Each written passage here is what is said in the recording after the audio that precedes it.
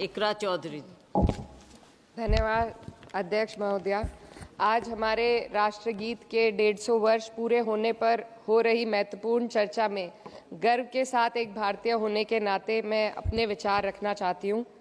सदन में इतिहास को तोड़ मरोड़ कर पेश करके फिर से मुस्लिम तुष्टीकरण के नाम पर भारतीय मुसलमानों को कटघरे में खड़े करने की कोशिश की जा रही है।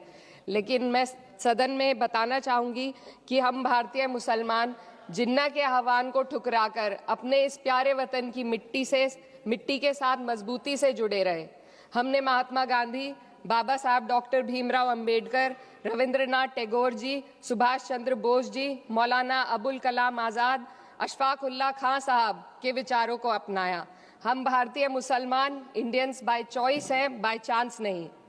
वंदे मातरम के किन छंदों को राष्ट्रगीत के तौर पर अपनाया जाए, यह फैसला सर रविंद्रनाथ टैगोर और सुभाष चंद्र बोस जी जैसे नेताओं के परामर्श के बाद हुआ। क्या अब हम उन महान नायकों की समझ पर प्रश्न चिन्ह उठाएंगे? उन्हें देश को बांटने वाला और तुष्टीकरण करने वाला कहने का पाप करेंगे? उन महान हस्तियों ने वंदे मातरम के उन छंदों को अपनाया जिन्होंने देश के हर वर्ग, हर धर्म के मानने वालों को एक सूत्र में पिरोने का काम किया। और मैं एक घटना आप लोगों के सामने रखना चाहती हूँ।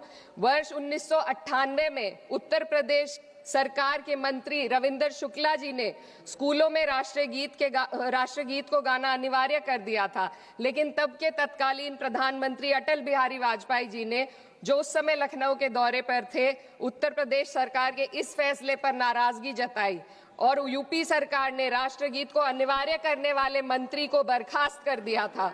अब मैं सत्ता पक्ष से सवाल करना चाहूंगी,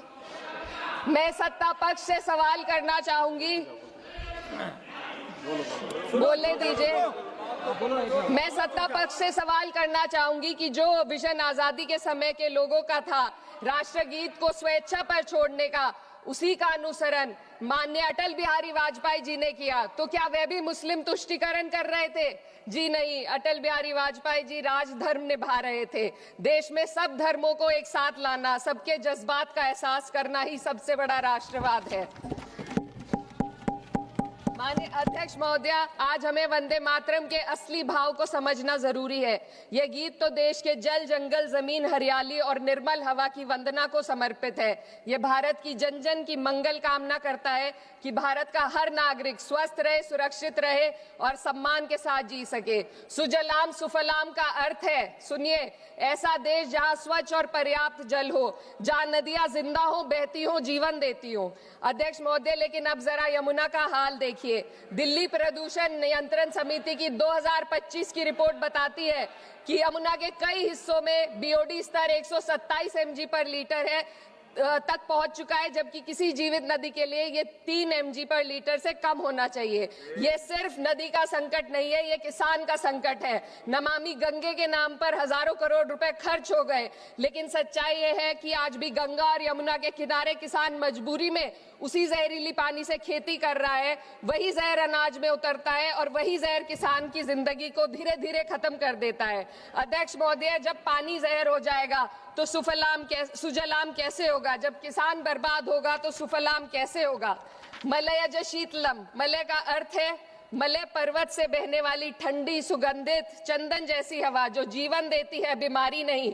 आज मैं इस सदन से पूछना चाहती हूँ, क्या आज के भारत की हवा मलयज शीतलम है? नहीं अध्यक्ष जी, बस संसद से बाहर कदम रखिए, एक गहरी सांस लीजिए। ये चंदन की महक नहीं, ये जहर है जो आपके हमारे फेफड़ों में उतर रहा है। दुनिया के 20 सबसे प्रदूषित शहरों में से 13 भारत में है। दिल्ली की हवा में सांस लेना मानो रोज 20 सिगरेट पीने जैसा हो। भारत हर साल सर्दियों में जहरीली हवा के प्रकोप में घिर जाता है। AQI गंभीर स्तर पर आ जाता है। ठंडी हवा का सपना अब गैस चेंबर की हकीकत बन चुका है। हम वो देश हैं जहां सरकार प्रकृति पर बने गीत का मान मर्दन तो करती है, पर उसी प्रकृति, जंगल, हवा, पेड़ को बचाने वाले कानूनों को धीरे धीरे खुद ही खत्म कर रही है। ये है आज के हमारे मलयज शीतलम की अफसोसजनक सच्चाई। अगर हम हवा को साफ नहीं कर पाए तो न सुजलाम बचेगा न सुफलाम बचेगा।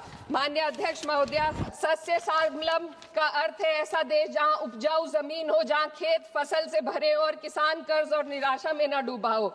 आज किसान सिर्फ मौसम से नहीं लड़ रहा, वह प्रदूषण, नीतियों की बेरुखी और सिस्टम की नाइंसाफी से लड़ रहा है। एक तरफ कॉर्पोरेट के लोन माफ होते हैं, दूसरी तरफ किसान को उसकी वाजिब एमएसपी भी नहीं मिल पाती है। आप ग्लोबल सुपर पावर बनने की बात करते हैं, लेकिन हमारी पर कैपिटा इनकम दुनिया में 136वें नंबर पर है। हम अपने छोटे पड़ोसी देश से भी पीछे हैं। हमारे लोग $2,500 तक भी नहीं कमा पा रहे एक साल में, और जिन अरबपतियों की ये रक्षा करते हैं वो इतना पैसा एक सेकंड में कमा लेते हैं। आज वंदे मातरम को बुनियाद बनाकर राजनीति की जा रही है, लेकिन जमीन पर जंगल पूंजीपतियों को सौंपी जा रही है। आदिवासियों को उनके घरों से उजाड़ा जा रहा है। मातरम में जो मात्रा माता है वे सिर्फ मातृभूमि की वंदना नहीं, वे इस धरती की हर नारी, वे इस देश की हर बेटी, हर महिला के सम्मान की बात भी करता है। लेकिन आंकड़े अगर आप देखेंगे, एनसीआरबी की हाल की रिपोर्ट के अनुसार, मैम जसवंत के अनुसार देश में हर वर्ष लगभग 30,000 से अधिक बलात्कार हो रहे हैं। यानी एक दिन में 80 से अधिक महिलाएं यौन हिंसा का शिकार होती हैं, और ये सिर्फ दर्ज मामले हैं। जब जम्मू कश्मीर की एक बच्ची हिंसक अत्याचार का शिकार होती है, जब सत्ता से जुड़े लोगों पर आरोप लगते हैं और कार्रवाई वर्षों लटक जाती है, जब उन्नाव की पीड़िता लखनऊ के दरबार में इंसाफ को लेकर अपनी जान देने पर आमादा होती है, जब बिल्किस बानो के अपराधियों का सरकार के लोग द्वारा स्वागत किया जाता है, तो ये घटनाएं वंदे मातरम की आत्मा पर चोट पहुंचाती है। मैं अध्यक्ष महोदया बस यही कहना चाहती हूँ अपनी बात को अंत में रखते हुए कि वंदे मातरम सिर्फ अतीत की ललकार नहीं, ये वर्तमान की जिम्मेदारी है। ये आत्म मंथन की घड़ी है। यही समय है कि हम वंदे मातरम को सिर्फ नारा नहीं, नीति और जिम्मेदारी बनाएं। और अपने जज्बात को मैं आलमा इकबाल साहब के तराना हिंद के साथ इस सदन में रखना चाहती हूँ कि सारे जहां से अच्छा हिंदुस्तान हमारा, हम बुलबुले हैं इसके, ये गुलसिता हमारा, मजहब नहीं सिखाता आपस में बैर रखना, हिंदी है हम, वतन है हिंदुस्तान हमारा।